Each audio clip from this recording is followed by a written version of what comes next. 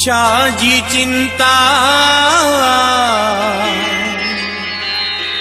छाजो गम तो खे विश्वसन साबे कहिड़ो कम तो खे जेको सोचे आ छजो हुन उहो थियणो आ। जेको सोचे आ छजो हुन उहो थियणो आ। तोखे हुन जी रज़ा में राज़ी रहणो आ। जेको सोचे आ छजो हुन उहो थियणो आ।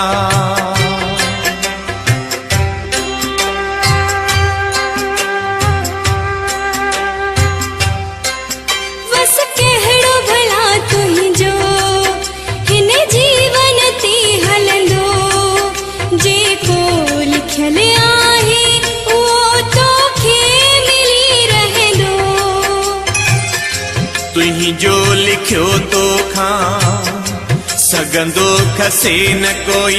जेको लिखियो दातार वा मिलंदो मिठा सोए। जैसी दाणो अथई तेसी खाई दे। जैसी तन आहे तेसी पाई दे। हिकड़े ॾींहुं आत्मा खे बि अमर थियणो आ। हिकड़े ॾींहुं आत्मा खे बि अमर थियणो आ। जेको सोचे आ छॾियो हुन उहो थियणो आ।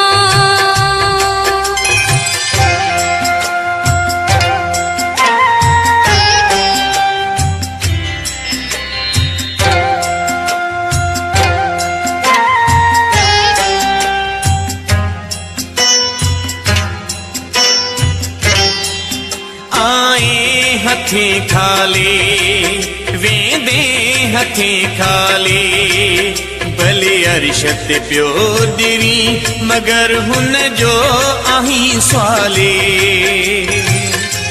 मोहताज हुन जो आ भले छाब तू भाए। सोचियो अथई कॾहिं भला हुन खां सिवा छाए। मिटी ज़रेड़ो तू अल्लाह छाहे। हुन जी लीला जी का ख़बर नाहे। बाज गुरनिया असांखे जेसी जीअणो आ। बाज गुरनिया असांखे जेसी जीअणो आ। जेको सोचे आ छजो हुन उहो थियणो आ।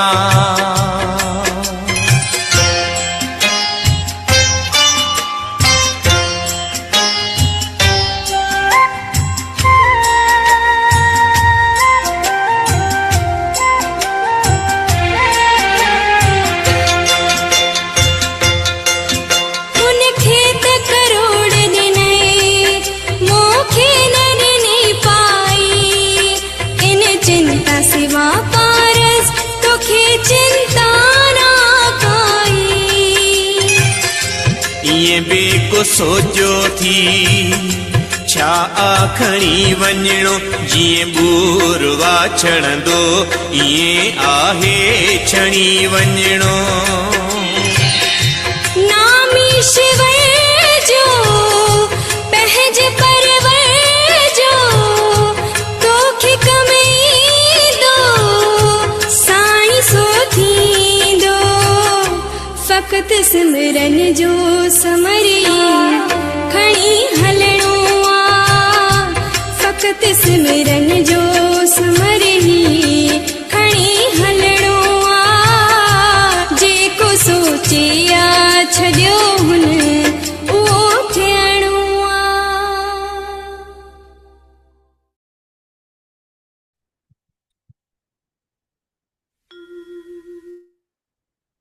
ओम शांति। मां पंहिंजे ई शरीर में रोशनी आहियां। मुंहिंजो कर्म, मुंहिंजो धर्म शांति आहे। मां सद्गुणनि जो ऐं शक्तियुनि जो भंडार आहियां। कल्ह मां ॿार हुयमि, अॼु जवान आहियां। सुभाणे मां ॿुढो थींदमि। पंहिंजे ई शरीर खे मटिजड़ शरीर में महसूस कयूं।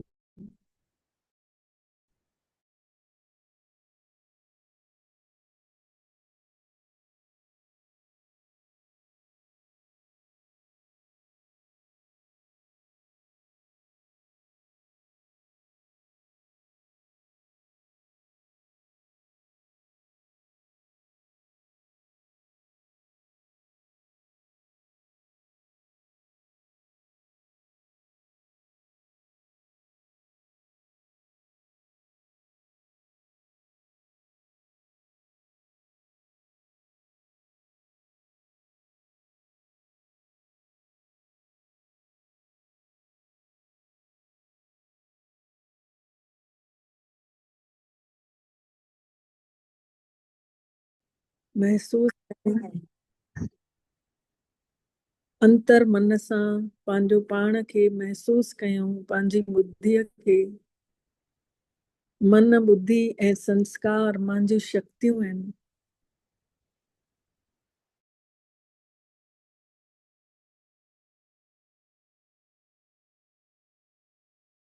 पंहिंजी खल मटींदो आहे त उन खे सूर न थींदो आहे। तीअं ई मां मस्तक मणि आत्मा थोड़ी देर जे लाइ शरीर जा मिट माइट, शयूं, परिस्थितियूं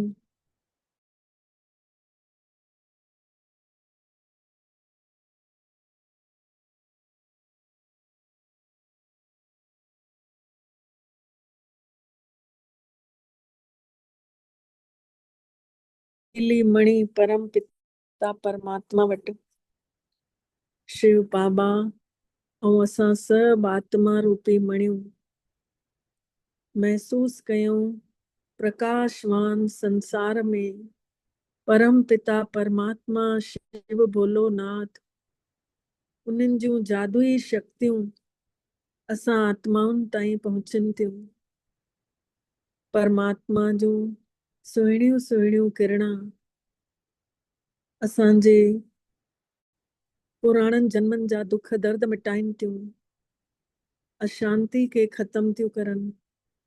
अंदर ई अंदर भगवान जूं इहे किरणां गहराई सां सोचूं। असांजे अंदर जी मैल खे धोइनि थियूं पयूं। अंदर जो कोनो कोनो साफ़ तो थींदो वञे। महसूस कयूं मां बेदाग मणि, चमकीली मणि ठही करे परमात्मा वटां शक्तिशाली थी करे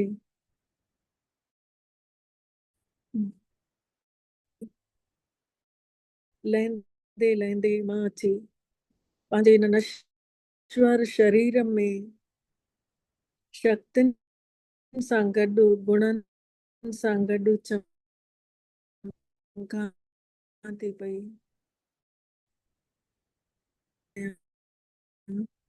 महसूस कंदे मां आत्मा हाणे अॻितों जो पाठ सम्झंदासीं। मां मनुष्य योनि में ही जन्म वठंदी आहियां। गांइ कुतो ॿिली न ठहींदी आहे।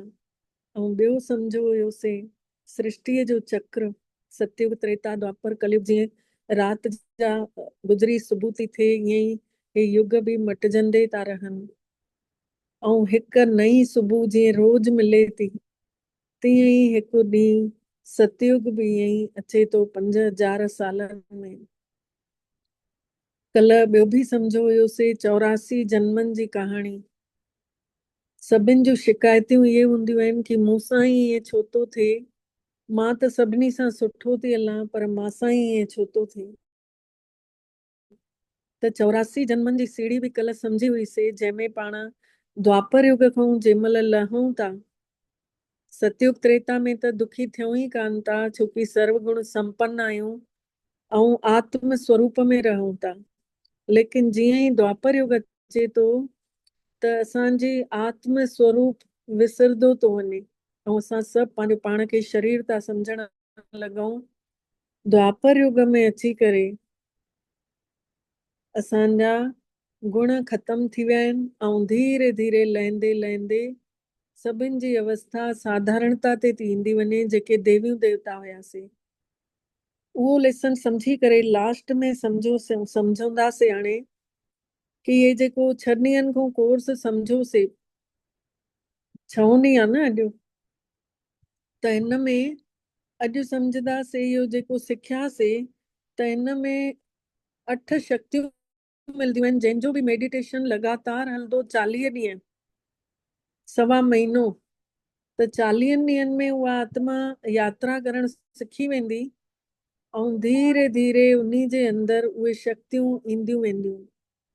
त 8 शक्तियूं कहिड़ियूं आहिनि, जेके जंहिंजे लाइ माण्हू सभिनी खे इहो लॻंदो आहे काथे कुझु मिले तॾहिं असां हे कयूं, न त कुझु करण जी इच्छा ई न हूंदी आहे। इंसान स्वार्थी प्राणी आहे, उनखे लॻंदो अथसि मां हे करण सां मूंखे हे कर्म कंदमि त मूंखे हे मिलंदो, पोइ उन जी उहा करण जी इच्छा जागृत थींदी आहे।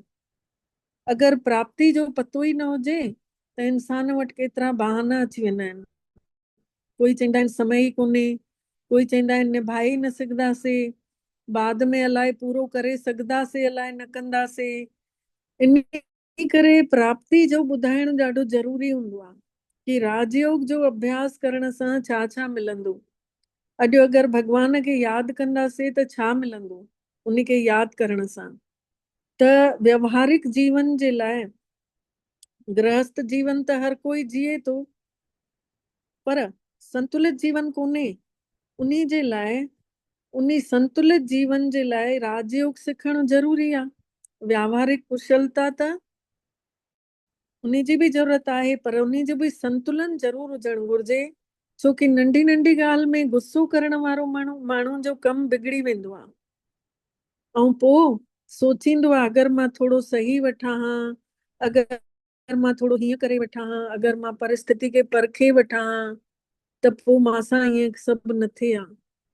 त जेको राजयोग जो अभ्यास आहे, जेको मेडिटेशन था कयूं, उन्ही सां 8 शक्तियूं मिलदियूं आहिनि। इहे 8 शक्तियूं जीवन जो आधार आहिनि। इहे 8 शक्तियूं देवियुनि खे 8 हथनि जे रूप में ॾेखारियूं वेंदियूं आहिनि। जीअं ॾिठो वञे रावण खे 10 सिसियूं ॾेखारंदा आहिनि न, ऐं देवियुनि खे 8 हथ ॾेखारंदा आहिनि। सिसियूं अर्थात मुंड जेके ॾेखारंदा आहिनि 10, मतिलबु अहंकार जो प्रतीक हुयो। जॾहिं माण्हू अभिमान में ईंदो आहे पोइ इहो चवंदा आहिनि न कि केतिरो मथे सिर करे ऐं हीअं मुंड मथे करे घुमे थो, लॼे ई कान अथसि अहंकारी माण्हू खे। उनखे संसार में माण्हुनि खे इहो ख़बर ई कान्हे कि रावण जी जॾहिं 10 सिसियूं न रहियूं संसार में, त उन्हनि जो छा इहो अभिमान वारो सिर रही सघंदो। ईअं ई जेके 8 भुजाऊं ॾेखारंदा आहिनि देवियुनि खे, इहो बि सहयोग जूं निशानियूं आहिनि। जंहिं महिल कंहिंखे सहयोग ॾियण जी ॻाल्हि ईंदी, हथ वधाईंदो आहे न अॻिते, उनखे चवंदा आहिनि न कि थोरो सो हथ त सहयोग त ॾे, पंहिंजो हथ त बटाए वठि असां सां, चवंदा आहिनि न। त भुजा मतिलबु सहयोग ॾियणु, मतिलबु सहयोग ॾिनई त योगदान ॾियण जी निशानी आहे भुजा। त 8 शक्तियूं असांजूं सहयोगी ठही करे अष्टभुजाऊं ठही थियूं वञनि, जंहिंमें जीवन में असांखे सफलता सरलता सां मिली सघंदी आहे। त सभिनी खां पहिरीं शक्ति आहे जेका ॾेखारी वई आहे कि ॿार वण खे पत्थर थो हणे, अंब जे वण खे, ऐं अंब जो वण उनखे फल थो ॾे। त इहा सहन शक्ति चवराइजे थी, छोकी हिते पत्थर सहे थो पेड़, वण जेको आहे पत्थर सहे थो ऐं उनखे फल थो ॾे। त सहनशीलता जो गुण प्रकृति असांखे सेखारे थी। नदी बि कॾहिं पंहिंजो पाणी न पींदी आहे, ॿियनि खे पीआरदी आहे। फल बि हमेशह पेड़ ॿियनि खे ॾींदा आहिनि, पाण न खाईंदा आहिनि। सिज हमेशह रोशनी संसार खे ॾिए थो।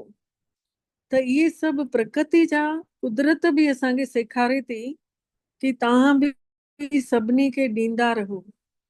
त इहा सहन शक्ति पहिरीं शक्ति आहे, जंहिंखे सहनशीलता जो गुण बि चयो वियो आहे।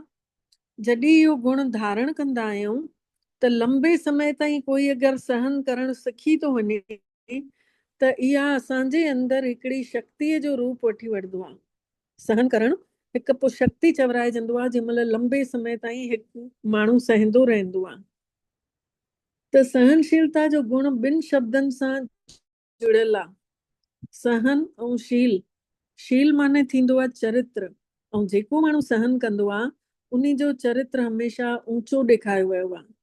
दुनिया जे अंदरि बि जेतिरियूं महान हस्तियूं थी वियूं आहिनि संसार मां, अगरि उन्हनि जो जीवन बि ॾिसूं त सहनशीलता जो गुण ॾाढो महत्वपूर्ण भूमिका निभाई अथई। उहो एतिरी शक्ति पैदा करे छॾे थो सहनशीलता जो गुण कि कहिड़ा बि माण्हू उन्हनि जे साम्हूं अची वञनि, वॾा वॾा माण्हू पंहिंजो सिर झुकाइण वठंदा आहिनि सहन शक्ति जे गुण जे साम्हूं। इन करे उन खे सहन शक्ति बि चयो वियो आहे। चयो वेंदो आहे जंहिं महिल हिकु मूर्ति ठही करे तयार थी थिए त उन खे केतिरा हथोड़ा, केतिरियूं छेनी जी मार सहन करणी थी पएसि।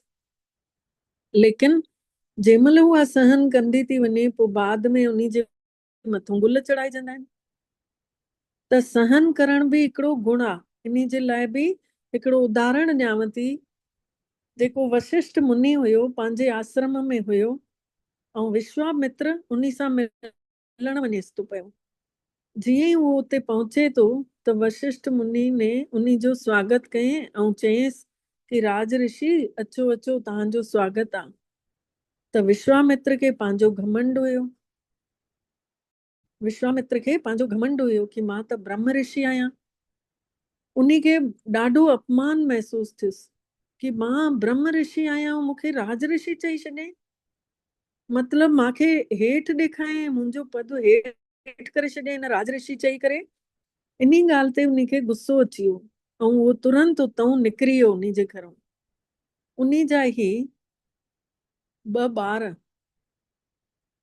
खेॾनिसि पिया ॿाहिरि, उन्हनि जे घर वियो हुयो त खेॾनिसि पिया त उन ने गुस्से में निकिरंदे निकिरंदे ॿिन्ही जूं मुंडियूं तलवार सां उॾारे छॾियईं। हाणे पाण साम्हूं न लिकी करे वणनि में लिकी पियो कि ॾिसां हाणे वशिष्ठ मुनि जे मथां केतिरो असर थो थिए। उन जूं ॿिन्ही ॿारनि जूं मुंडियूं उॾाए छॾियूं थी मांसि। त शाम थी, जीअं ई वशिष्ठ मुनि खे पतो पियो कि उन जे ॿिन्ही ॿारनि खे, उन्हनि जी मुंडियुनि खे उॾारे छॾियो अथईं, राति जी महिल हुई, संझा जी महिल, ॿाहिरि वेठा हुया 2 ज़ाल मुड़ुस, पूर्णिमा जी राति हुई। वशिष्ठ जी ज़ाल चएसि थी पूर्णिमा जी चांदनी में केॾो तेज आहे। वशिष्ठ बि चएसि थो कि भई न, विश्वामित्र जो ही इहो तेज लॻे थो पियो। उहो झाड़ियुनि में वेठो हुयो ऐं ॿुधे पियो कि भई न, हे मुंहिंजे लाइ तो ईअं चए कि विश्वामित्र जो एतिरो तेज थो लॻे। जॾहिं विश्वामित्र ने इहा ॻाल्हि ॿुधाई कि मुंहिंजे तेज चंद्रमा जे तेज सां मुंहिंजी मतिलबु भेंट थो करे पियो, मतिलबु मुंहिंजे लाइ कुझु बि उहो बुरो चए ई नथो पियो। मां चाहे इन जा 2 ॿार हटाए ऐं मुंडियूं उॾारे छॾियूं आहिनि, तॾहिं बि हे मुंहिंजे तेज जे बारे में चए थो पियो।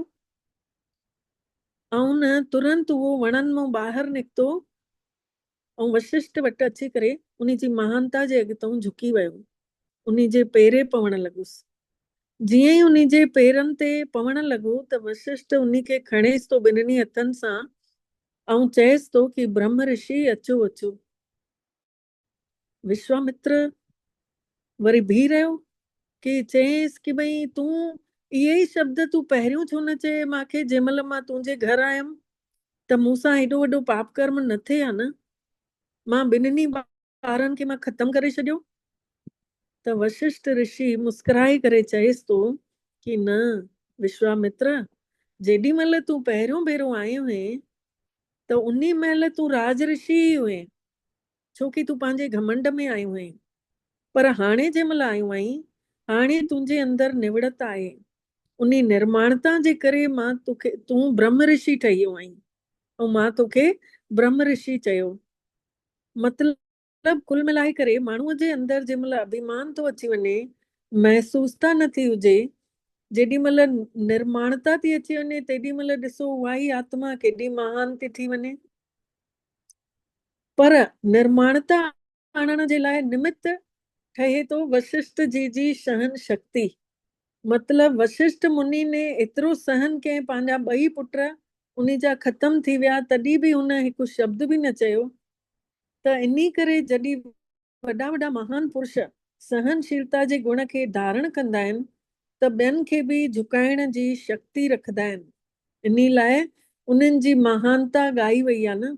अॼु ॾिसो क्राइस्ट जो बि ॿुधो, क्राइस्ट ने बि पंहिंजे शरीर में केतिरा सहन कयईं, कीला ठोकियऊंसि उन खे, ऐं तॾहिं बि उन ने आख़िरीअ में कहिड़ा शब्द कढे कि हे प्रभु इन्हें क्षमा करना, ये नहीं जानते ये क्या कर रहे हैं। उन्हीअ जा क्राइस्ट जा अंतिम शब्द ये हुया। त ये महान आत्मा जा गुण आहिनि न, कि एॾा खीला सहन करण खां पोइ बि उहो उन्हनि जी माफ़ी लाइ परमात्मा खे प्रार्थना थो करे। महावीर स्वामी ने बि कन्ननि में केॾा खील सहन कयईं। भगत आत्माउनि खे बि ॾिसो, ये भगत आत्माऊं आहिनि न, उन्हनि खे बि ॾिसो सहन शक्ति ही मतलब महान ठाहे थी पई। सहन करण चवंदा आहिनि सहना है, सहना ही तो गहना है। पंहिंजे सिंधियुनि में बि चवंदा आहिनि सहंदे त लहंदे। ऐं सहंदासीं ई न, सहन बि उहो ई करे सघंदो आहे न जंहिंजो चरित्र सुठो हूंदो आहे, शील हूंदो आहे जंहिंमें। त सहन करण जी शक्ति असांखे परमात्मा खे जंहिं महिल लगातार 1.25 महीने ताईं मेडिटेशन कंदे रहंदासीं त सहन करण जी शक्ति अची वेंदी आहे। ॿी शक्ति आहे समाइण जी शक्ति। त हिकु त थींदी आहे जंहिं महिल जेका शइ जो उपयोग कयूं उन महिल क़ीमत आहे, तॾहिं पाण उन जो उपयोग कयूं था। त सहन शक्ति सां गॾु गॾु इहा बि शक्ति, समाइण जी शक्ति बि ज़रूरी हूंदी आहे। ॿी शक्ति आहे समाइण जी शक्ति। ॾेखारियो वियो आहे कि नदियूं सागर में समाइनि थियूं पयूं। केतिरा बार ॾिसंदा आहियूं केतिरा माण्हू सहन त करे वठंदा आहिनि, लेकिन ॻाल्हि खे पंहिंजे अंदरि समाए नथा सघनि। जीअं घणनि ई घरनि में थींदो आहे, कंहिं हिकु ॻाल्हि चई पोइ वरी ॿिए ने कुझु चयो बि कोन, पर ईअं ससु नुंहंनि में थींदो आहे न। जीअं पंहिंजे घर जो ई उदाहरण खणी वठूं कि अगरि नुंहं खे कुझु चई त नुंहं ने ॻाल्हि समाई कोन, पाड़े वारी जी नुंहं खे ॿुधाए छॾे कि असांजे घर में हीअं थियो, मुंहिंजी ससु ने हीअं चई, मां केॾो सहन कयो, केतिरो मां सहन थी कयां।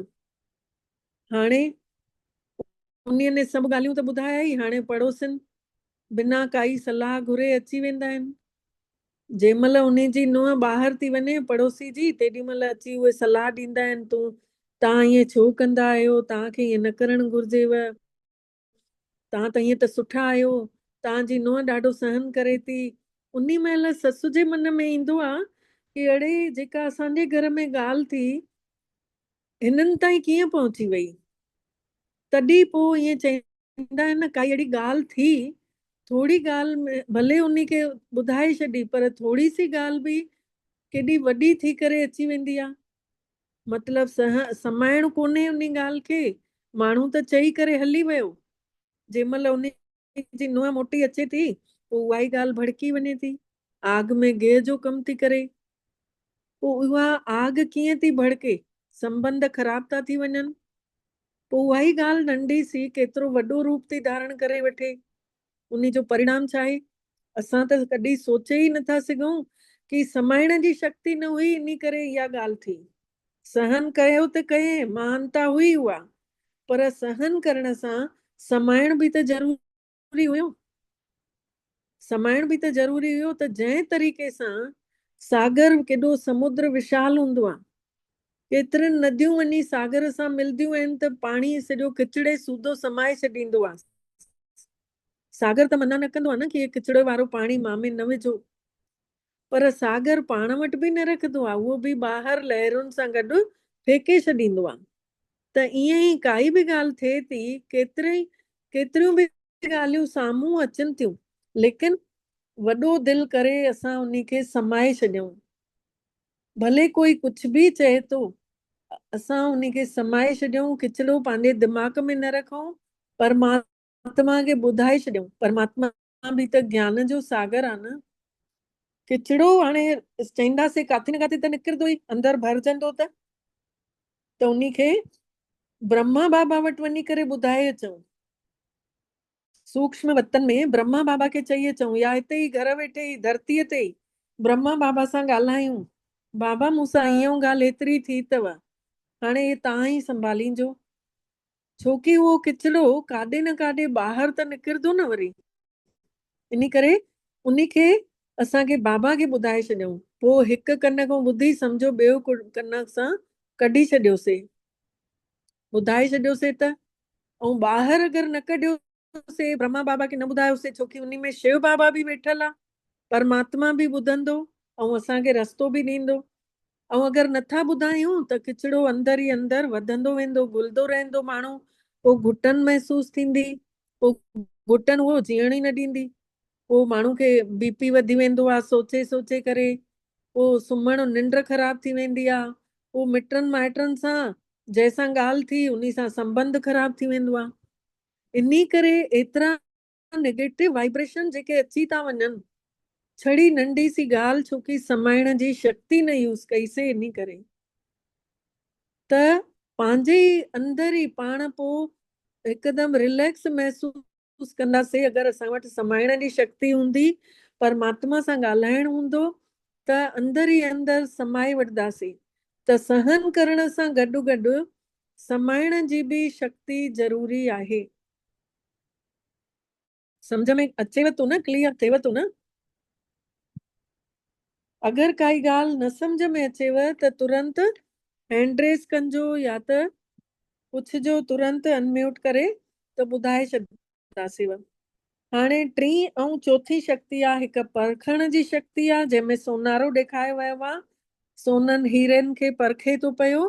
ऐं ॿी आहे चौथी शक्ति आहे निर्णय करण जी शक्ति, जंहिंमें तारा जी ॾेखारी वई आहे। हाणे चईंदासीं कि समाइण जी शक्ति सां गॾु अञा ॿ शक्तियूं आहिनि जेके असांजे जीवन में ज़रूरी आहिनि। हिकु त परखण जी शक्ति, कंहिंजे अंदरि छा थो हले उहो असांखे पतो पइजी वेंदो। जंहिं महिल मेडिटेशन कंदे रहंदासीं न, त परखण अची वेंदो कि कंहिंजे अंदर में छा थो हले भाव, ऐं हले छा थो उन खे पोइ चइणो न आहे, न त झगड़ा झंझट अञा वधंदा। पोइ चौथी हूंदी आहे निर्णय करण जी शक्ति। ॾिसो, संसार में सभु स्वार्थी आहिनि, कोई धोखो थो ॾे, कोई कंहिंसां कपट थो करे, अहिड़ो सुंदर स्वरूप ठाहे करे साम्हूं अची था वञनि कि उन ॻाल्हि खे परखण ई मुश्किल थो थी वञे। उन महिल अगरि परखण जी शक्ति हुजे, या परखण जी शक्ति आहे बि असां यूज़ नथा करे सघूं, फेल थी वई आहे, उन स्वरूप खे असां नथा ॾिसी सघूं, त उन जे वश था थी वञूं ऐं धोखो था खाई वठूं। जीअं हिकिड़ो हीरे परखण वारो, हीरे जी परख जंहिंखे हूंदी आहे, उन जे साम्हूं अगरि अमेरिकन डायमंड बि अची वञे या इमिटेशन ज्वेलरी अची वञे, त उहो उन खे परखे करे उन जी क़ीमत ॿुधाए सघंदो आहे कि हे त नकली हीरो आहे, हे असली हीरो आहे। कंहिं आधार सां परखे? ज्ञान जे आधार सां। उन वटि हीरे जो परखण जो ज्ञान आहे, त उन ज्ञान जे आधार ते उहो परखे सघे थो कि असली कहिड़ो आहे ऐं नकली कहिड़ो आहे।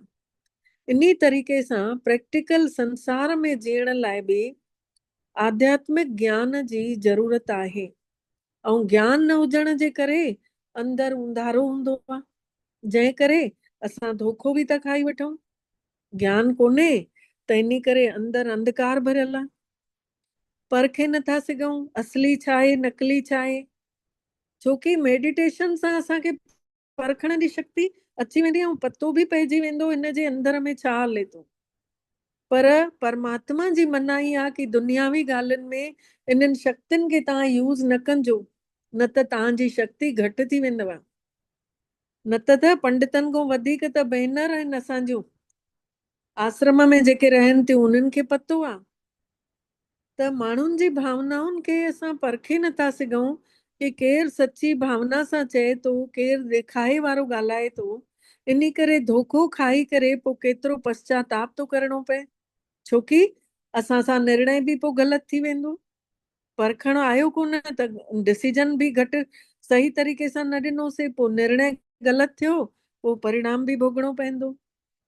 मतलब तराजू जे अंदरि जंहिंमहिल वटि ऐं भाॼियूं ॿई बराबरि हूंदा आहिनि, निर्णय सही हूंदो आहे।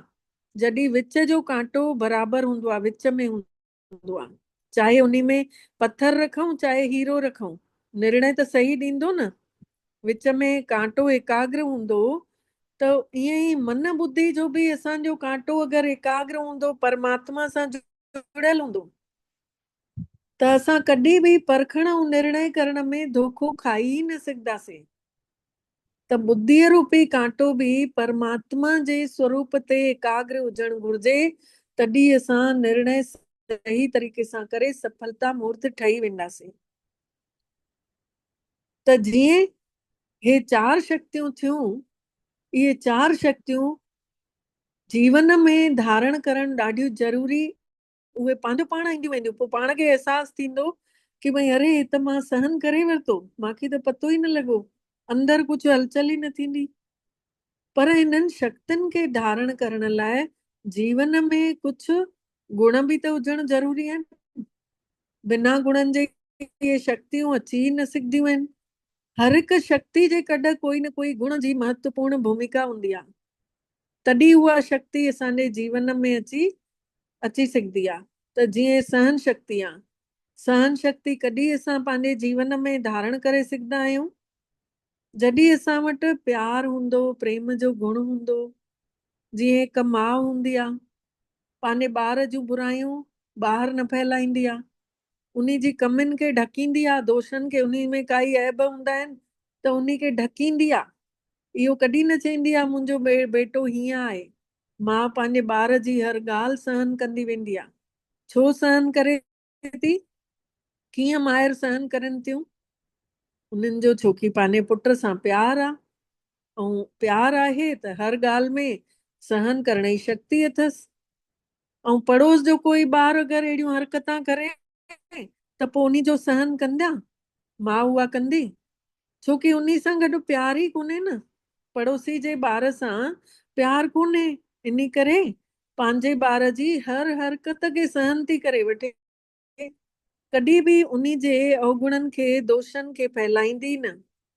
सहन शक्ति खे वधाइण लाइ मतलब प्यार ज़रूर हुजे उन आत्मा। इहे हर आत्मा खे अगरि इन दृष्टि सां ॾिसूं था, आत्मिक स्वरूप सां, कि हीअ बि परमात्मा जो ॿार आहे, असां सभु हिकिड़े परिवार जा आहियूं, त असांजे अंदरि उहो रूहानी प्यार जाॻियल हूंदो, पोइ सहन करण त काई वॾी ॻाल्हि न लॻंदी। त हिकु अमेरिका में हिकु सची घटना थी हुई, सन 1992 जी ॻाल्हि अथव। उन महिल हिकु माई पंहिंजे ॿार सां गॾु बाज़ारि निकितल हुई, मॉल वियल हुई, ऐं मॉल में कुझु ख़रीदे पई, अञा ॿाहिरि बिलिंग थिएसि पई त हुनजो ॿार न स्पीड सां उन जो हथु छॾाए करे निकिरी वियो सड़क ते, साम्हूं रोड हुयो। ऐं उहा माई जीअं ॾिठे कि परियों एॾी स्पीड सां कार थी अचे, मुंहिंजो ॿार क्रॉस करे थो, मुंहिंजो ॿार न एक्सीडेंट न थी वञे, उहा बिल छॾे करे ऐं डुकंदी वई वञी करे पंहिंजे ॿार खे हटाए पाण अॻितो थी ॿई हथनि सां कार खे रोके। ऐं उहा ॿिए ॾींहं ते पेपरनि में आयो उन जो कि भई एॾी ताक़त हिन माईअ में आहे जेका कि पंहिंजे हथनि सां स्पीड आयल गाॾी खे रोकियो अथई। उन खे स्टूडियो में सॾु करायो वियो ॿिए ॾींहं ते, ऐं उते हिकु स्कूटी ॾिनऊंसि ऐं चयऊंसि कि भई हाणे हिन स्कूटी खे तूं पंहिंजे हथनि सां मथे करे ॾेखार। त उन महिल उन माईअ ने उन स्कूटी खे न खणी सघी। मतलब तेॾी महिल उन जी ममता जागी वई हुई पंहिंजे पुट जे लाइ, त उहा फटाफट अची करे ऐं उन खे रोके। त ॾिसो माउ जी ममता पंहिंजे ॿार जे लाइ छा नथी करे सघे। ईअं ई समाइण जी शक्ति जे लाइ खपे गंभीरता, होॾे खपे सहन करण लाइ प्यार खपे, ऐं समाइण जी शक्ति लाइ खपे गंभीरता। हर माण्हू, जेको बि माण्हू अॻिते पोइते सोचे सम्झी करे गंभीर थी करे उन जे परिणाम खे ॾिसी वठे थो, समाइण जी शक्ति खे धारण करे थो। अगरि गंभीरता कोन्हे त हर नंढी ॻाल्हि में बि उहो उछलंदो रहंदो, ऐं उछलंदे उछलंदे पंहिंजो ॻाल्हाईंदे ॻाल्हाईंदे पंहिंजी वैल्यू ओम ख़तम करे शांति छॾींदो। दीदी, गंभीरता रो मतलब छा है? सीरियस जीअं न हूंदा आहियूं, हिकदमि मुस्कुराहट, हल्की मुस्कुराहट, ऐं मतिलबु ॾाढो तेज हलचल में न हुजऊं। गंभीरता जो ईअं चई सघंदा आहियूं जीअं माउ पीउ जो वॾी औलाद जेका हूंदी आहे, पहिरियों ॿार उहो गंभीर हूंदो आहे न, ऐं ॿियों ॿार थोरो चंचल हूंदो आहे। क्लियर थियव? उहो परिस्थिति खे सम्झी वठंदो आहे, वॾो ॿार खे थोरी सम्झ वधीक हूंदी आहे। सम्झो? क्लियर थियव? जी जी हाँ क्लियर थी है। त समाइण जी शक्ति जे लाइ गंभीरता खपे। सोचे सम्झी करे गंभीर थी करे उन परिणाम खे सोचे वठूं कि अगरि इहा ई समाइण जी शक्ति खे धारण पोइ उहो करे सघंदो आहे। अगरि गंभीरता कोन्हे, पोइ हर ॻाल्हि में उहो कुझु न कुझु बक बक बक बक कंदो रहंदो, उन जी वैल्यू पंहिंजी ख़तम थी वेंदसि, पोइ समाईंदो छा? त ईअं ई परखण जी शक्ति जे लाइ खपे मन जो संतुलन, बराबरी, क्लियर फोकस। जॾहिं आत्मिक स्वरूप में रहंदा आहियूं, ॿिए खे बि आत्मा ॾिसंदा आहियूं, उन्ही महिल असांजो उहो टीं अख जेका आहे आत्म स्वरूप, माण्हुनि जी भावनाउनि खे सहजता सां परखे सघंदा आहियूं कि कहिड़े भाव खे वठी करे हे ॻाल्हाए थो पियो, मतिलब कहिड़ो मतलब जो भाव उन मां निकिरे थो पियो। त इहो सरलता सां परखे सघंदा आहियूं, छो कि असां डिटैच स्थिति में हूंदा आहियूं। जेॾी महिल आत्मिक स्वरूप में हूंदा आहियूं त शरीर सां अटैच न हूंदा आहियूं, ऐं तेॾी महिल निर्णय हिकिड़ो संतुलित दिमाग़ सां करे सघंदा आहियूं। छो कि अगरि परखण जी शक्ति कान्हे त संतुलन बि बिगड़ी वेंदो आहे, ऐं मन जो संतुलन बिगड़ियो, काॾे ॿिए काॾे ध्यानु वियो त बिगड़ण सां सही निर्णय बि न थी सघंदो। मतलब जीवन में केतिरनि प्रकारनि जो ईंदा आहिनि ॻाल्हियूं, उन्हनि जो संतुलन करण लाइ कहिड़ी कहिड़ी शक्ति जी ज़रूरत आहे, ऐं चइनिनि शक्तियुनि सां गॾु गॾु मतलब गुण बि ज़रूरी आहिनि। त इहे 4 शक्तियूं जेके पाण हाणे सम्झूंसीं, इहे क्लियर थियव, सम्झ में आयव न? ओम शांति। महसूस कयूं मां आत्मा अनुपम प्रकाश में आहियां, कॾहिं न मिटण वारे प्रकाश, कॾहिं न खंडित थियण वारी आत्मा, कॾहिं न विनाश थियण वारी आत्मा, अविनाशी चैतन्य शक्ति आहियां। महसूस कयूं पंहिंजे स्वरूप खे, जेका निरड़ ते विच में हिकदमि सुनहरे प्रकाश सां गॾु मां शक्ति, जंहिंजो पूरा 5000 साल पार्ट भरियल आहे, हिकु हिकु डायलॉग, हिकु हिकु सीन, हिकु हिकु परिस्थिति, मां आत्मा विशेष आहियां। पंहिंजे स्वरूप खे साम्हूं महसूस कयूं, जेको स्वरूप परमात्मा ने यादि ॾिवायो अथई, मां आत्मा आहियां। मां पंहिंजे ई 84 जन्मनि खे महसूस थी कयां, ऐं सतयुग जे पहिरें जन्म में मां पंहिंजे देव स्वरूप में लथी हुयमि। हेठि धरतीअ ते मां 16 कलाउनि सां भरपूर हुयमि, सतो प्रधान हुयमि, बुराइनि खां मां मुक्त हुयमि। मां मुकुट पातल अनोखी चमक खणी देवताई चोलो धारण कयल हुयमि। महसूस थी कयां कॾहिं देवी स्वरूप में लथी हुयमि, कॾहिं देवता स्वरूप में लथी हुयमि। मुंहिंजो पंहिंजो रंग रूप मटिजंदो वियो, समय गुज़रंदो वियो, सतयुग पार थींदो वियो। पहुची वयमि मां त्रेता युग में, चांदी जी दुनिया, चांदी जो उमर। मां आत्मा उहा ई आहियां। मुंहिंजो दिव्य स्वरूप में थोड़ो सो बदलाव आयो आहे। मां आत्म स्वरूप में ही आहियां। त्रेता युग में मां आत्मा जा 2 गुण घटि थी विया। मां 14 कला संपन्न थी वियमि। ऐं धीरे धीरे मां द्वापर युग में आयमि। पूरे भारत देश में अलॻि अलॻि चोला धारण कंदे कंदे मां आत्मा हिन महिल हे आख़िरी चोले में पहुची वई आहियां। महसूस कयूं मां संगम युग में आहियां ऐं मुंहिंजो रोल हिन महिल परमात्मा जी महिमा ॿुधां थी। पतित पावन परमात्मा सां गॾु मुंहिंजो रोल हले थो। उन्हनि जे गुणनि, उन्हनि जे शक्तियुनि सां मां पंहिंजो पाण खे वरी सां चार्ज थींदे महसूस थी कयां। जेके जेके मुंहिंजे अंदरि बुराइयूं हुयूं, अवगुण हुया, उहे सभु मिटदे था वञनि। महसूस कयूं अंदर ई अंदर मां आत्मा जी पुकार ॿुधी असां सभिनी जो मिठड़ो बाबा ब्रह्मा बाबा सां गॾु लाइट जी देह में अची करे असांजे साम्हूं अवतरित थिया आहिनि। निहारियूं पंहिंजे मिठड़े बाबल खे ऐं निराकार शिव भोलेनाथ भंडारीअ खे।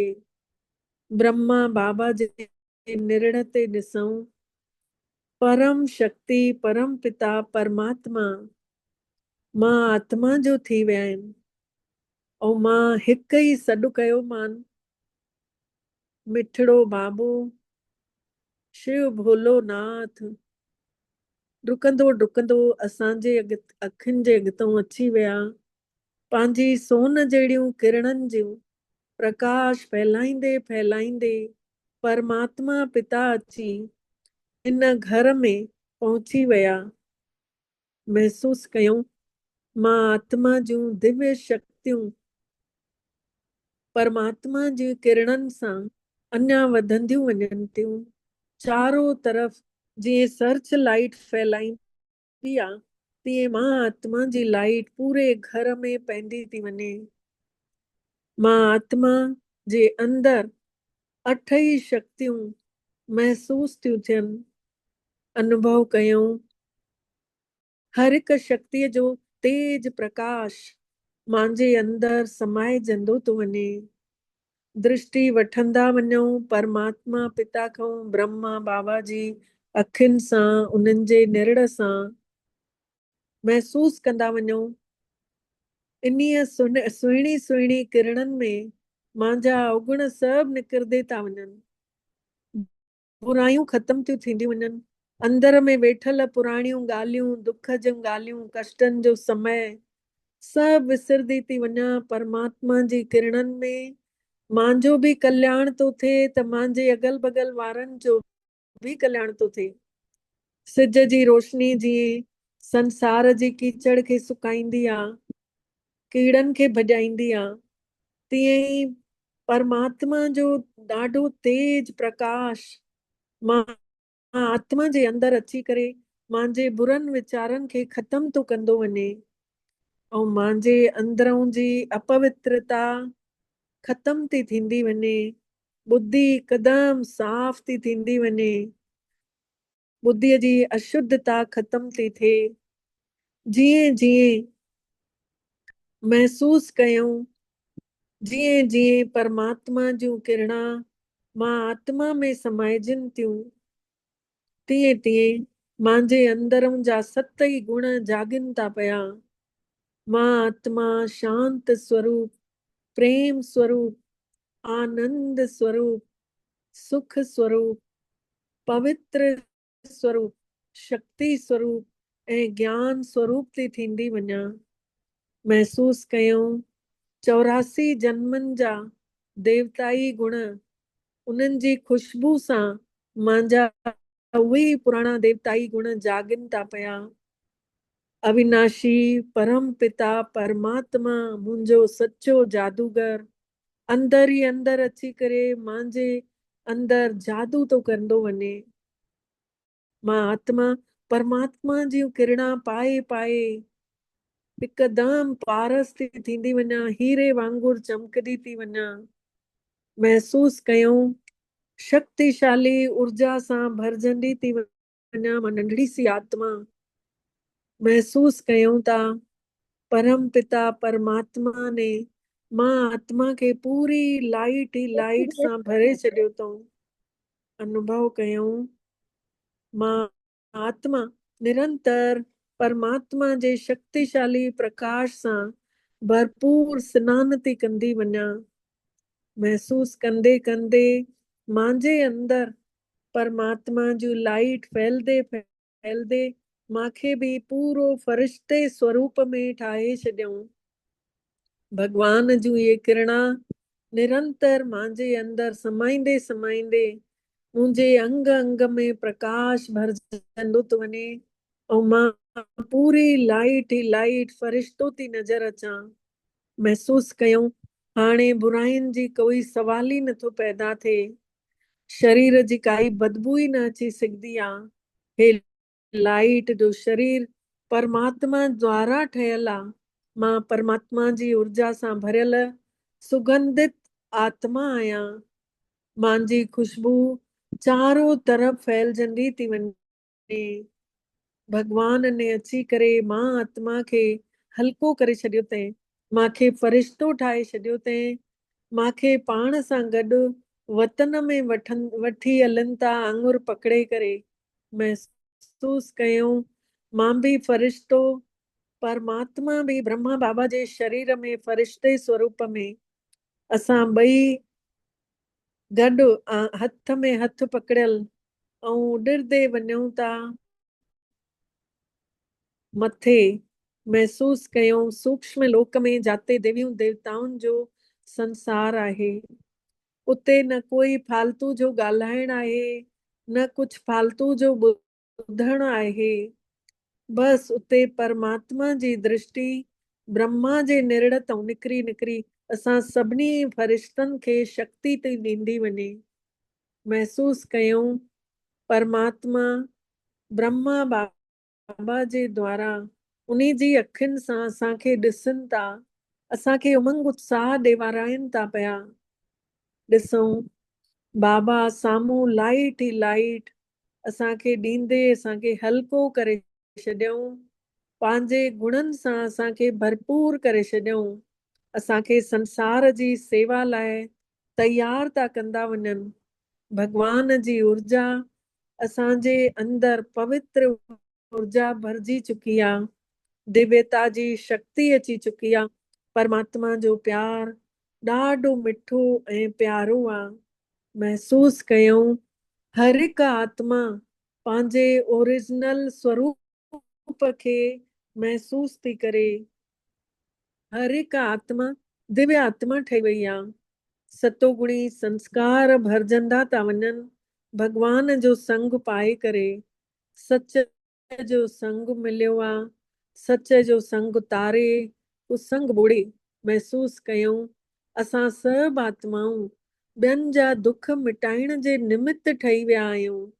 असां सां परमात्मा इहो केॾो सुहिणो कर्म कराए रहिया आहिनि कि सॼे संसार में पवित्रता शांती सुकून था फैलाइनि पिया। महसूस कंदे कंदे पंज ई तत्व बि ॾिसूं था असां फरिश्ता कि आकाश तत्व, हवा तत्व, पाणी तत्व, अग्नि तत्व ऐं धरती माता इहे बि सभिनी शक्तियुनि सां हल्का था थींदा वञनि। इहे बि पंहिंजे ओरिजिनल स्वरूप में ईंदे था वञनि। हवा जो प्रदूषण ख़तम थो थींदो वञे, हवा सुगंधित थी थींदी वञे, कंहिंखे बि ऑक्सीजन जी कमी नथी थिए। महसूस कयूं पाणी बि कदम प्योर थो अचे। बोतलुनि में पाणी ख़रीदण जी ज़रूरत ई कान थी पए। महसूस कयूं पाणीअ में बि परमात्मा जो प्यार समाइजी वियो आहे। अग्नि तत्व खे बि महसूस कयूं। सभिनी पापनि खां मुक्त थी थींदा वञूं। सॼे संसार जे विकारनि जी बाहि ख़तम थी थिए। शांतीअ जो सागर आयो आहे। शांतीअ जूं शीतल शीतल किरणां सभिनी खे ॾींदा था वञनि। ऐं असां सभु फरिश्ता धीरे धीरे ब्रह्मा बाबा ऐं शिव बाबा सां मोकिलाए करे हेठि लहूं था। लहंदे लहंदे अची पंहिंजे पंजनि तत्वनि जे शरीर में अची समाइजी था वञूं। महसूस कयूं समाईंदे सां ई परमात्मा जी उहा खुशबू असां आत्माउनि जे अंदरि उहे सुनहरियूं सुनहरियूं किरणां व्यापित आहिनि। महसूस कयूं इहे किरणां असांखे सॼो ॾींहुं शक्ति ॾींदियूं। असांजो शरीर स्वस्थ रखंदियूं। हर समय इन्हनि किरणनि खे महसूस कंदे परमात्मा खे शुक्राना चवंदासीं। बाबल मिठड़ा तव्हांजा भोलानाथ शिव बाबा तव्हांजा बारंबार हथ जोड़े निवड़त सां शुक्राना कयूं था जे तव्हां असांखे अॼु अहिड़ो अनुभव करायव ऐं असां सभिनि जो पद्मा पदम भाग्य जाॻायव। तव्हां सभिनी जा बि दिलि सां शुक्राना। ओम शांति। ओम शांति। ओम शांति।